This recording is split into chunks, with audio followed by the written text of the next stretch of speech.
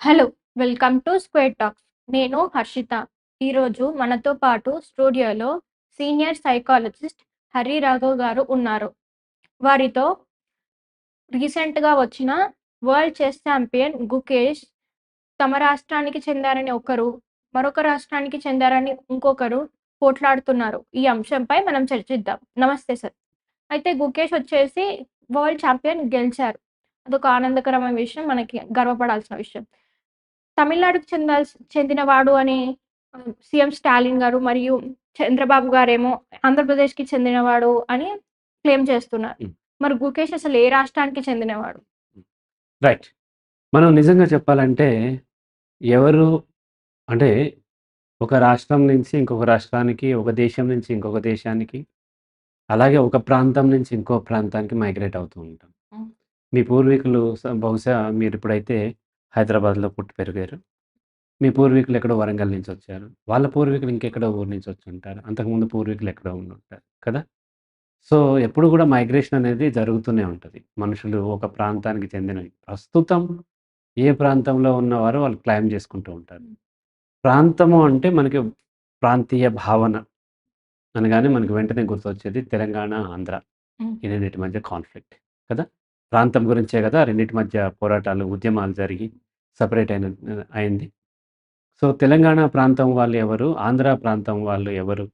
అని అంటే సహజంగా పాపులర్‌గా ఏముంటుందంటే, పూర్వకాలం నుంచి వాళ్ళ పూర్వీకులు కూడా తెలంగాణలో పుట్టి పెరిగినట్లయితే తెలంగాణ వాళ్ళుగా పాపులర్‌గా భావిస్తూ ఉంటారు.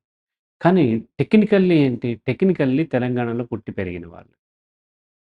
వాళ్ళు ఆంధ్ర నుంచి రావచ్చు, మహారాష్ట్ర నుంచి రావచ్చు, పంజాబ్ నుంచి రావచ్చు. వాళ్ళందరిని తెలంగాణ వాళ్ళని పిలుస్తూ ఉంటారు. అయితే వీళ్ళ ఆరిజిన్ ఎక్కడో ఉందని అంటూ ఉంటారు. ఇప్పుడు ఎన్ఆర్ఐ అంటే ఎవరు? ఇక్కడి నుంచి అమెరికా వెళ్ళి అమెరికాలో బ్రతుకుతున్నవాళ్ళు. అంటే పుట్టి పెరిగింది ఇండియాలో.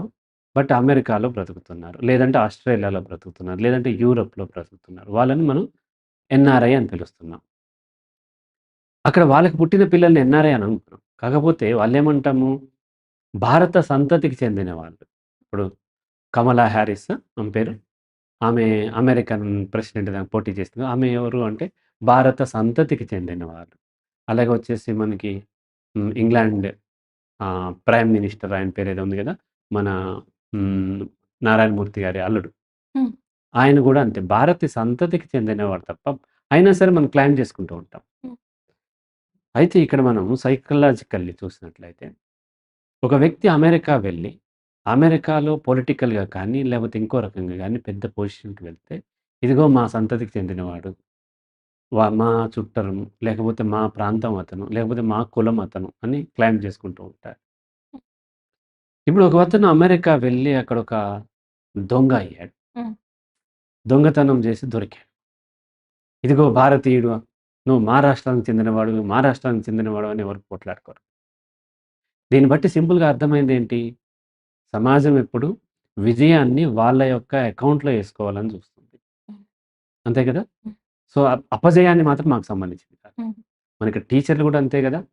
ఎవరన్నా తన తను టీచ్ చేసిన వాళ్ళు గొప్పవాడయ్యాడు. సత్య నాదెల్ల గొప్పవాడయ్యాడు. Microsoft CEO.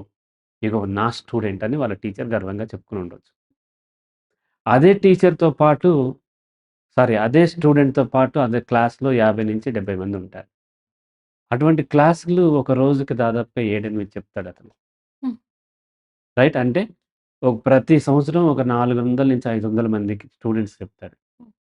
అలా తన కెరీర్ మొత్తంలో ఒక 10-20 వేల మంది స్టూడెంట్స్‌కి అదే టీచర్ టీచ్ చేస్తుంటాడు. ఆ స్టూడెంట్స్‌లో చాలామంది బాగా ఆల్కహాల్ తాగి రోడ్డు మీద పడి దొర్లుతూ ఉన్నారు. అదిగో నా స్టూడెంట్. నా వల్లే వాడట్లా అయ్యాడని ఏ టీచర్ క్లెయిమ్ చేయట్లేదు. సత్య నాదెల్ల నా స్టూడెంటు. కమలా హారిస్‌ని మాకు చెందినవారు. లేకపోతే మరొకరెవరో మా మా సంతతికి చెందినవారు. లేదా ఆమెవరు మన సునీత విలియమ్స్. లేకపోతే ఇప్పుడు ఆమె స్పేస్‌కెళ్ళిన వాళ్ళు. వీళ్ళందరూ మన వాళ్ళు, మన వాళ్ళు, నా వాళ్ళు, మా వాళ్ళు అని క్లెయిమ్ చేసుకుంటారు. విజయం సాధించిన వాళ్ళు. అందులో ఫెయిల్ అయిన వాళ్ళు, దొంగలు, లేకపోతే నేరాలకు పాల్పడిన వాళ్ళకి ఎవరు కూడా పోటీ పడరు. Not only India. ఈవెన్ పాకిస్తానోళ్ళైనా, లేకపోతే బంగ్లాదేశీలైనా, లేకపోతే చైనీస్ అయినా, ఏ దేశము కూడా ఫెయిల్ అయిన వాళ్ళు, నెగెటివ్‌గా ఎక్స్‌పోజ్ అయిన వాళ్ళు మా వాళ్ళని క్లెయిమ్ చేసుకోరు. సక్సెస్ అయిన వాళ్ళని క్లెయిమ్ చేసుకుంటారు. రైట్? ఇక్కడ సహజంగా ఏ రాష్ట్రంలో అయితే తను బ్రతుకుతున్నాడో, ఆ రాష్ట్రం యొక్క ప్రభుత్వం కానీ, వాళ్ళు ఖచ్చితంగా వాళ్ళు క్లెయిమ్ జేసుకుంటారు. ఎందుకంటే అక్కడ ఉంటున్నాడు, అక్కడ టాక్స్ పే చేస్తున్నాడు, అక్కడ ఓటు వేస్తున్నాడు. ఇలా అక్కడ బ్రతుకుతూ ఉన్నాడు కాబట్టి అతను కానీ, వాళ్ళ పేరెంట్స్ కానీ అక్కడ బ్రతుకుతూ ఉన్నారు కాబట్టి వాళ్ళు క్లెయిమ్ జేసుకుంటారు. అలాగే ఆరిజిన్ ఎక్కడి నుంచి వచ్చిందో తెలుగు నుంచి వచ్చినప్పుడు ఈ ప్రభుత్వం కూడా ఎంతో కొంత క్రెడిట్ తీసుకొని నువ్వు మా తెలుగు వాడివి కాబట్టి నీకు శుభాకాంక్షలు ఏదో ఆంధ్ర ముఖ్యమంత్రి కూడా చెప్పుండొచ్చు. దీన్ని పెద్ద ఇష్యూగా చేయాల్సిన అవసరం లేదు. మా ప్రాంతం వాడా, వాళ్ళ ప్రాంతం వాడు చెప్పుకోవాల్సిన అవసరం లేదు. తెలుగువాడు తమిళనాడులో ఉండి గొప్పవాడయ్యాడు అని చెప్పుకుంటే సరిపోద్ది. అయితే ఇక్కడ కొన్ని రాజకీయాలున్నాయి. ఆ రాజకీయాలు పర్టిక్యులర్ తెలంగాణ, ఆంధ్రాలో ఎక్కువే ఉంటాయి. ఈ 2 ప్రాంతాల మధ్య కాన్ఫ్లిక్ట్ ఉంది. ఎందుకంటే ఎవరైతే కలిసి ఉంటారో వాళ్ళ మధ్య కాన్ఫ్లిక్ట్ ఉంటాయి కదా!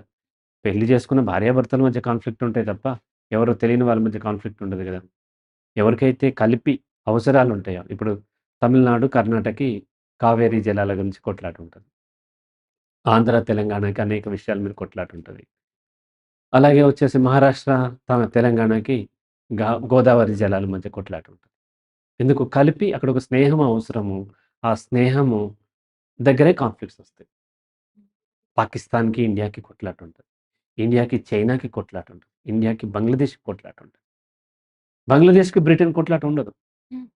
కానీ ఎందుకు వాళ్ళిద్దరికి కలిపి ఏమీ లేవు. బోర్డర్ లేదు, ఏమీ లేదు. అయితే ఇక్కడ తెలంగాణ, ఆంధ్రాలో చూసినట్లయితే ఇదొక వివక్షాపూరితమైనటువంటి ప్రాక్టీస్ ఉండేది. ఇక్కడ 2 ఉంది. ఇది ఆంధ్రప్రదేశ్ అని పేరుంది. కానీ ఆంధ్ర ప్రాంతం అనే దాన్ని కోస్టల్ ఆంధ్ర, రాయలసీమను కలిపి ఆంధ్ర. ఇది యాక్చువల్లీ దీని పేరుని కలిపినప్పుడు తెలంగాణ, ఆంధ్ర స్టేట్ అని పెట్టాలనుకున్నారు. తర్వాత దీన్ని ఆంధ్రప్రదేశ్ అని మార్చారు. ఈ ఆంధ్ర ప్రాంతం అనేది తమిళనాడు నుంచి సెపరేట్ అయింది. పొట్టి శ్రీరాములు ఉద్యమం వలన తమిళనాడు నుంచి సెపరేట్ అయ్యి కర్నూలు రాజధానిగా ఆంధ్ర రాష్ట్రంగా ఏర్పడింది. హ్మ్. ఆంధ్ర రాష్ట్రం ఏర్పడిన తర్వాత పొట్టి శ్రీరాములు చనిపోయాడు. తర్వాత అక్కడ వాళ్ళకి వర్కౌట్ కాక వనరులు లేక హ్మ్. దాన్ని తెలంగాణతో కలిపారు. తెలంగాణ ప్రాంతము నైజాం సంబంధించింది. ఇది చాలా పెద్ద ప్రాంతం. Not only Telangana. తెలంగాణ అంటే ఓన్లీ ఆదిలాబాద్ వరకే కాదు. మహారాష్ట్రలో ఉన్నటువంటి విదర్భ ప్రాంతం అండ్ కర్ణాటకలో ఉన్నటువంటి హైదరాబాద్ కర్ణాటక అంటారు దాన్ని. నార్త్ కర్ణాటక. గుల్బర్గా ఈ ప్రాంతాలన్నీ కూడా ఇదంతా కలిపి నైజాం పరిపాలించేవాడు. ఇదొక అంతకుముందు ఒక దేశంగా ఉండేది. ఇక్కడ ఉన్నటువంటి ఆహ్, కరెన్సీ వేరు. ఇక్కడ ప్రభుత్వం వేరు ఉండేది. అయితే దీన్ని 4 ముక్కలుగా చేసి ఇది నైజాంతో కమ్యూనిస్టులు పోరాడిన తర్వాత కాంగ్రెస్ ప్రభుత్వం ఉండేది కదా! సెంట్రల్‌లో నెహ్రూ నాయకత్వంలో. ఈ కమ్యూనిస్టులు బలపడకుండా ఉండి కమ్యూనిస్టులని వీకెన్ చేయటం కోసం కమ్యూనిస్టులు బలంగా ఉన్నటువంటి నైజాం ప్రాంతాన్ని 3 ముక్కలుగా చేసి ఒక ముక్కని మహారాష్ట్రలోను, ఒక ముక్కని కర్ణాటకలోను, ఒక ముక్కని ఆంధ్ర ప్రాంతంతో కలిపి ఆంధ్రప్రదేశ్ ఏర్పరిచారు. హ్మ్. రైట్?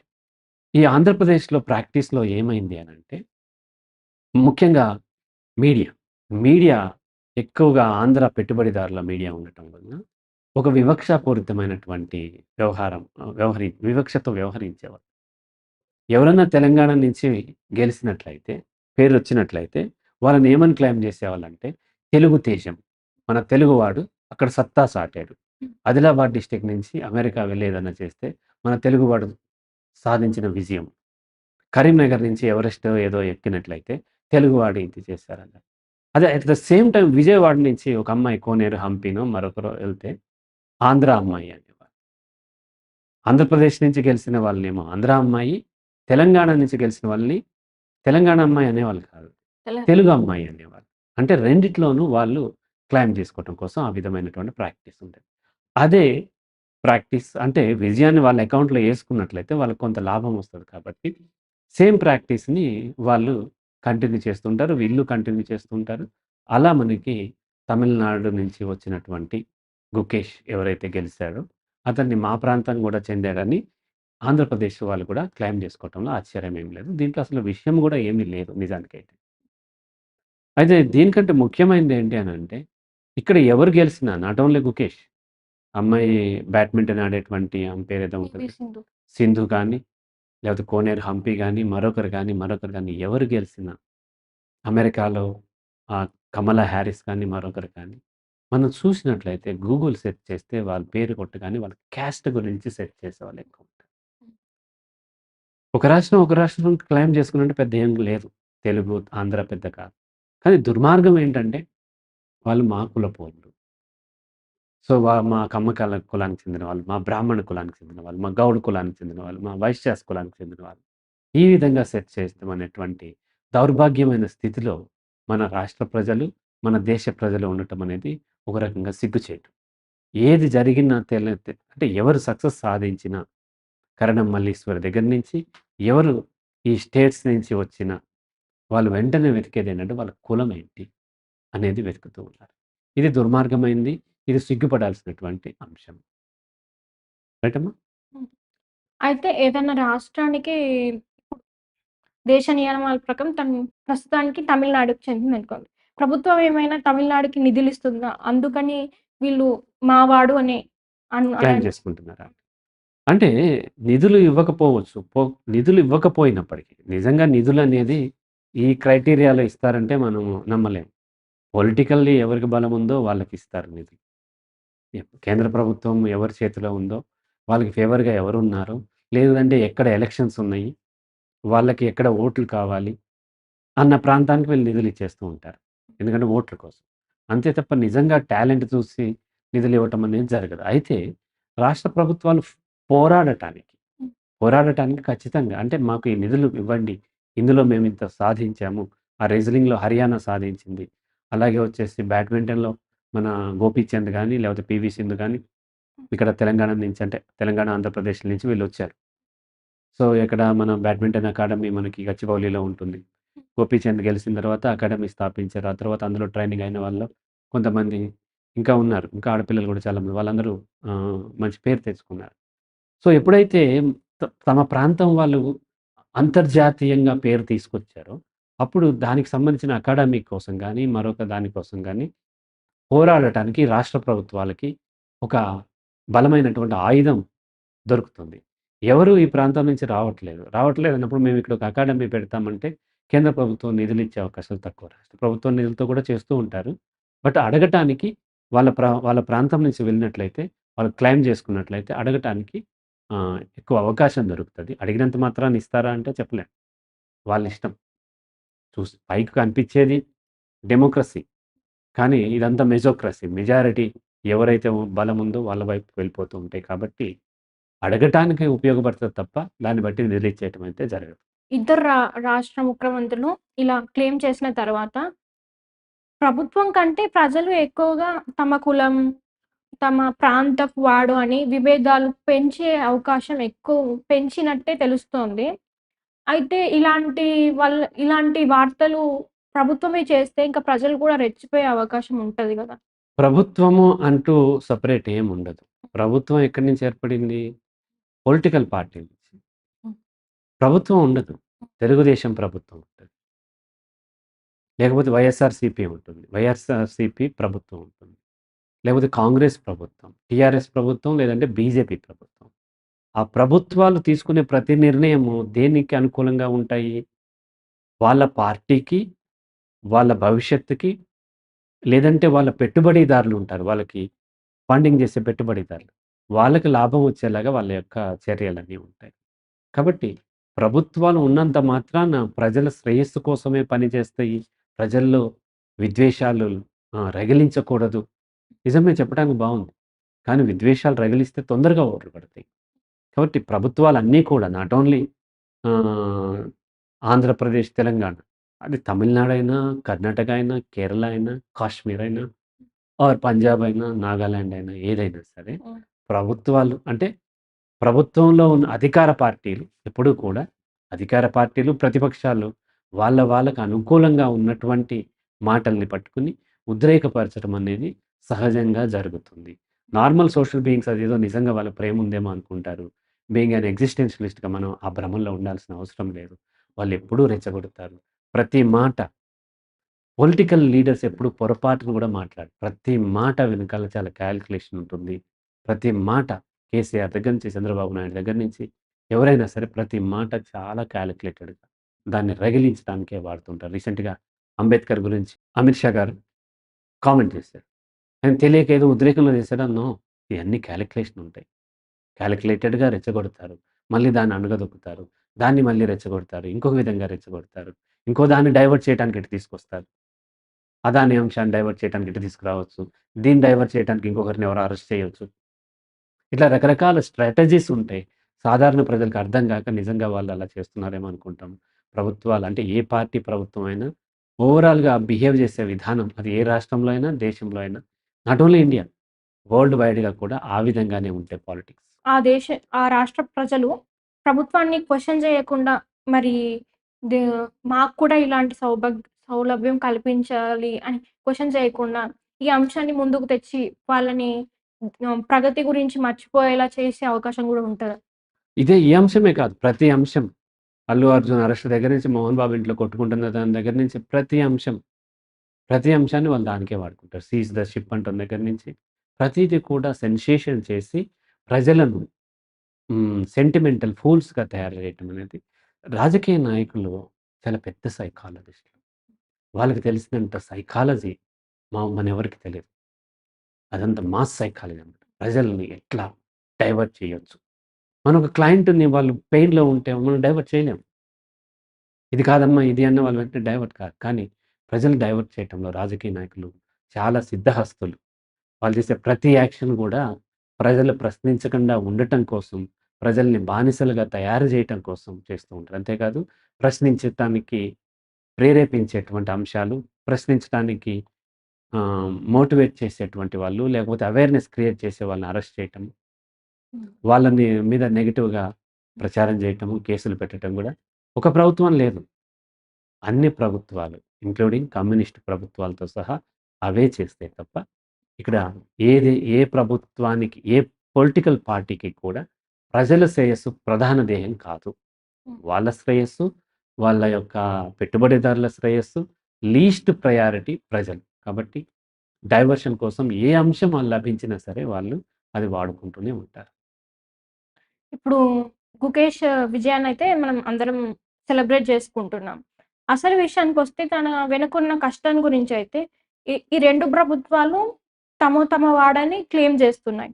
అసలు ఈ 2 ప్రభుత్వాలు ఆ విజయం సాధించడానికున్న కష్టంలో ఎంత సహకరించిందంటే ఏం చెప్పాలనుకుంటున్నారు? అయితే కొంతవరకు అంటే అంటే ప్రభుత్వాలు సహకరించటం అంటే కొంత ఫండింగ్ అందరికి కలిపి చేస్తారు. ఓన్లీ గుకేష్‌కే చేయటం అనేది ఉండదు. దాన్ని అందిపుచ్చుకొని కొంతమంది వెళ్తూ ఉంటారు. దాంతో పాటు పేరెంట్స్ సహకారము, ఆ సొసైటీ సహకారము, బాల్యము అలా అనేక అంశాలు వాళ్ళకి కలిసొస్తూ ఉంటాయి. దాంతో పాటు కొంతమంది విజయం సాధిస్తూ ఉంటారు. హర్యానాలోనే ఎందుకు వాళ్ళు రెజ్లింగ్‌లో అంత విన్ అయ్యారు అంటే, వాళ్ళకి ఫ్యామిలీ స్ట్రక్చర్ అదంతా అలా సూటబుల్‌గా ఉంది. దాంతో పాటు ఆ ప్రభుత్వాలేవో సహకరించుండొచ్చు. అలాగే 'పీవీ సింధునో' లేకపోతే ఇంకో అమ్మాయి ఉంది. ఆ అమ్మాయి వీళ్ళందరూ ఎలా సాధించారు అంటే, వాళ్ళ ఎఫర్ట్స్ ఉన్నప్పటికీ ఎప్పుడైతే మన 'గోపీచంద్' సక్సెస్ అయ్యాడో బ్యాడ్మింటన్ అకాడమీ ఇక్కడ ఏర్పరిచారు. ఆ తర్వాత వాళ్ళకి కొంత అవకాశాలు దొరికినాయి. ఇది కోయిన్సిడెంటే తప్ప ప్లాన్ చేసేది కాదు. ప్రభుత్వాలు కొంత సహకరిస్తూ ఉంటాయి. వాళ్ళు కూడా ఎఫర్ట్స్ పెడుతూ ఉంటారు. ఆ ఎఫర్ట్స్ పెట్టిన వాళ్ళు కొంతమంది మాత్రం సక్సెస్ అవుతూ ఉంటారు. అందరూ సక్సెస్ కాకపోవచ్చు.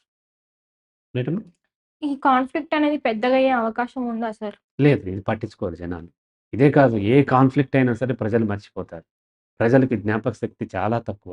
ఎంత పెద్ద కాన్‌ఫ్లిక్ట్ అయినా ఇదసలు కాన్‌ఫ్లిక్టే కాదు. ఎంత పెద్ద కాన్‌ఫ్లిక్ట్‌నైనా మర్చిపోతారు.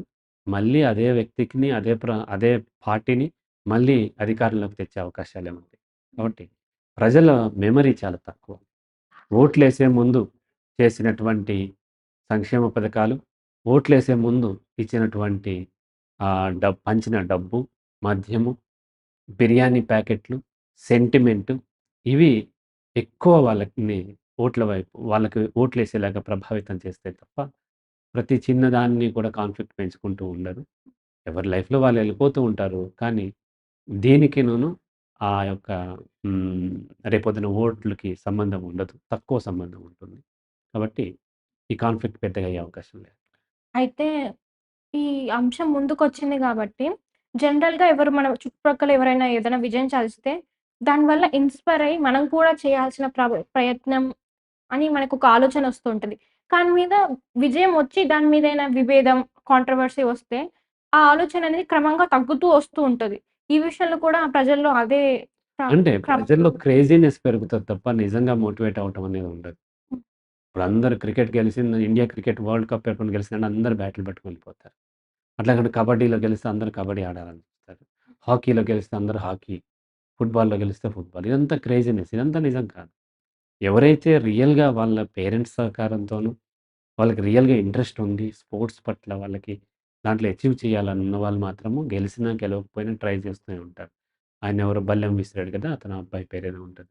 అతను అతను విన్ అవ్వగానే బల్లెం విసరటం మొదలుపెట్టారు. ఇట్లా దాన్ని మనము ప్రజలు మాస్ అట్లా ఎళ్ళిపోయి చేసేదాన్ని మనం సీరియస్‌గా కన్సిడర్ చేయక్కర్లేదు. సీరియస్‌గా అయితే ఖచ్చితంగా ఆ ఇంపాక్ట్ కొంత ఉంటుంది. కొంత మాత్రమే ఉంటుంది. కానీ సీరియస్‌గా చేసేవాళ్ళు మనకు పథకాలు వచ్చినా, రాకపోయినా సరే వాళ్ళు ట్రై చేస్తూనే ఉంటారు. హ్మ్. అయితే ఈ విషయం అనేది మొత్తానికైతే రాజకీయంగా మాత్రమే ఉపయోగించుకోవడానికి ఈ వివాదం అనేది సృష్టించారు. సృష్టించారనలేదు. అవకాశంగా తీసుకున్నారు. అవకాశంగా తీసుకున్నారు. అవును. ఖచ్చితంగా. ఇదే కాదు ఏది రేపొద్దున నువ్వేదన్నా విజయం సాధిచ్చినా సరే, నువ్వు పోనీ ఆంధ్రప్రదేశ్ సంబంధం లేదు. నువ్వు హైదరాబాదీ అమ్మాయని హైదరాబాద్ వాళ్ళు, వరంగల్ అమ్మాయని వరంగల్ వాళ్ళు క్లెయిమ్ చేసుకునే ప్రయత్నం చేస్తూ ఉంటారు. ఇది సహజం. కాబట్టి న్యూస్‌లో పెద్దగా ఏమి ఉండదు. ఇది నాట్ ఓన్లీ ముఖేష్. ఎవరికి జరిగినా ఇటువంటియన్నీ వస్తూనే ఉంటాయి. సినిమా హీరో అయినా అంతే. మా మూలాలు ఉన్నటువంటి సినిమా హీరో 'రజనీకాంత్' మహారాష్ట్ర అతను. కర్ణాటకలో పెరిగి తమిళనాడులో సూపర్ స్టార్ అయ్యాడు. మహారాష్ట్ర వాళ్ళు ఏమంటారు మావాడే అంటారు. కన్నడ వాళ్ళు ఏమంటారు మావాడే అంటారు. తమిళనాడోళ్ళేంటి మా సూపర్ స్టార్ అంటారు. ఇయన్నీ కాదు ఇప్పుడు అమ్మాయి ఉంది ఎవరు మన జయలలిత ఉంది. ఆమె తెలుగు అమ్మాయి. వెళ్ళి తమిళనాడులో ఇప్పుడు ఆమె తెలుగు ఆమె మా తమిళనాడు ముఖ్యమంత్రి అయిందని మనం క్లెయిమ్ చేసుకున్నాం. కానీ ఏం ఉపయోగం క్లెయిమ్ చేసుకుంటే? ఆమె అక్కడికి తమిళనాడులో గెలిచిన తర్వాత ఆంధ్రప్రదేశ్‌కి బెనిఫిట్ అయ్యేలాగా డెసిషన్స్ తీసుకోదు కదా! తమిళనాడుకి బెనిఫిట్ అయ్యేలాగా తీసుకుంటారు. హ్మ్. కాబట్టి ఏ ప్రాంతానికి చెందాడు, ఏ కులానికి చెందాడు అని అవి క్లెయిమ్ చేసుకోవటం వల్ల అట్టర్లీ టైమ్ వేస్ట్. అది మానేసేసి ఎవరు గెలిసినా నాట్ ఓన్లీ ఇండియన్ ఏ దేశం వాళ్ళు గెలిసినా వాళ్ళని అభినందించాలి. వాళ్ళ నుంచి స్ఫూర్తిగా తీసుకొని మనం గూడా మన రంగంలో మనం మరింత పాటుపడినట్లయితే ప్రతి దేశానికి, ప్రతి ప్రాంతానికి సక్సెస్ వస్తుంది. అయితే ఈ విషయం రాష్ట్ర స్థాయిలో కాకుండా మనం ఇంట్లో గూడా జూస్తూ ఉంటాం. ఎవరైతే విజయాలు సాధించక ముందు తనొక ఎందుకు పనికిరాడు అని చుట్టాలు అంటూ ఉంటారు. అదే తను విజయం సాధించాక మావాడు, మా చుట్ట అబ్బాయి అని చెప్తూ ఉంటారు. అవును. దానివల్ల అవును. విన్నర్స్ ఎప్పుడు హిస్టరీ రాస్తూ ఉంటారు. మన కురుక్షేత్రంలో గనక కౌరవులు విజయం సాధించారంటే మహాభారతం డిఫరెంట్ ఉండేది. హ్మ్. దుర్యోధనుడు చాలా అభిమానం కలవాడు. ఎవరికీ లొంగడు. ధర్మరాజు చూసావా ఎంత దద్దమ్మ. ఆ ధర్మరాజు జూదం ఆడి భార్యని పణంగా పెట్టాడు. అంత దుర్మార్గుడు. ఆ కృష్ణుడు ఎంత కన్నింగో చూడండి. ఇట్లా ఉండేది మహాభారతం. అప్పుడు శకుని చాలా శాంత స్వభావం. ఇట్లా రాసేవాళ్ళు కదా! ఒకవేళ రామాయణంలో రావణాసురుడు విజయం సాధించాడు అనుకుందాం. అనుకుందాం జస్ట్. అప్పుడు రాముడిని ఆ భార్యని కాపలా గాయకుండా ఎటో పోయాడు. రావణాసురుడు చూసావా ఎంత గొప్పవాడో ఆమెను తీసుకొచ్చినా ముట్టుకోలేదు. రావణాసురుడు ఎంత వీరుడు. ఎంత చక్కగా పరిపాలించాడు. లంక ఎంత అందమైన నగరాన్ని నిర్మించాడు. ఇట్లా రకరకాలైనటువంటి హ్మ్. విజయం సాధించిన వాళ్ళు క్లెయిమ్ చేసుకుంటూ ఉంటారు. కాబట్టి గెలిసిన తర్వాత హర్షిత మా అమ్మాయి, మా అమ్మాయి, మా అమ్మాయి అని క్లెయిమ్ చేసుకుంటారు. గెలవక ముందు ఎవరు ఓన్ చేసుకోరు. కాబట్టి ఎవరైతే విజయం సాధిస్తాడో, ఎవరైతే టాప్ పొజిషన్‌లో ఉంటారో వాళ్ళని క్లెయిమ్ చేసుకుంటాం. సమాజం క్లెయిమ్ చేసుకుంటాం అనేది సహజం. అది అయితే ఈ ఈ ప్రొపగండా క్రియేట్ చేసిన వాళ్ళకైతే ఎంతో కొంత వాళ్ళ క్రియేట్ చేసిన ఊహ ప్రకారం వాళ్ళకెంతో లాభం జరుగుతుంది. దాన్ని అనుసరించిన వాళ్ళకి మాత్రం ఏమి మిగలదు గదా సార్! అసలు దేన్ని అనుసరించవద్దు. ఖచ్చితంగా పొలిటికల్ పార్టీలు ఇవి వాడుకుంటూ ఉంటాయి. ఎవరు గూడా పొలిటికల్ పార్టీలని మనము కావాలంటే పాలిటిక్స్‌లోకి వెళ్ళండి. మీరు గూడా రాజకీయాల్లో పాల్గొనండి. పోటీ చేయండి. ప్రజాసేవ చేయండి. పొలిటికల్ పార్టీలు వెంట తిరుగుతూ ఆ సెంటిమెంట్‌లకి వాళ్ళు రెచ్చగొట్టేదానికి మా నాయకుడు, మా కుల నాయకుడు, మా ప్రాంత నాయకుడు అని వెళ్ళినప్పుడు అల్టిమేట్‌గా మిగిలేది ఏమి ఉండదు. ప్రజలకు కూడా ఏమి మిగలదు. ఆ ట్రాప్‌లో పడొద్దు. పడకుండా దేంట్లోకైనా మీరు చేయండి. ఒక ఫాలోవర్‌గా ఉండొద్దు అనేది నా ఉద్దేశ్యం. ఇంత మంచి విషయాలు చెప్పినందుకు ధన్యవాదాలు సార్. అయితే ఇది కేవలం రాజకీయ అంశం మాత్రమే. ఎవరి కేపబిలిటీస్ గానీ, ఎవరి విజయాలు సాధించడానికి గానీ, ఇదేమన్నా తప్పు దారి పట్టించాల్సిన అవసరం లేదు. దానికసలు దీనికి సంబంధమే లేదు. ఎప్పుడూ రాజకీయ అంశాల్ని ఉన్నది ఉన్నట్టుగా అనుసరించకూడదు. దాని వెనుక చాలా లోతు అయిన అంశాలుంటాయి. మరొక వీడియోలో మరికొన్ని అంశాలతో మళ్ళీ కలుద్దాం. Thank you.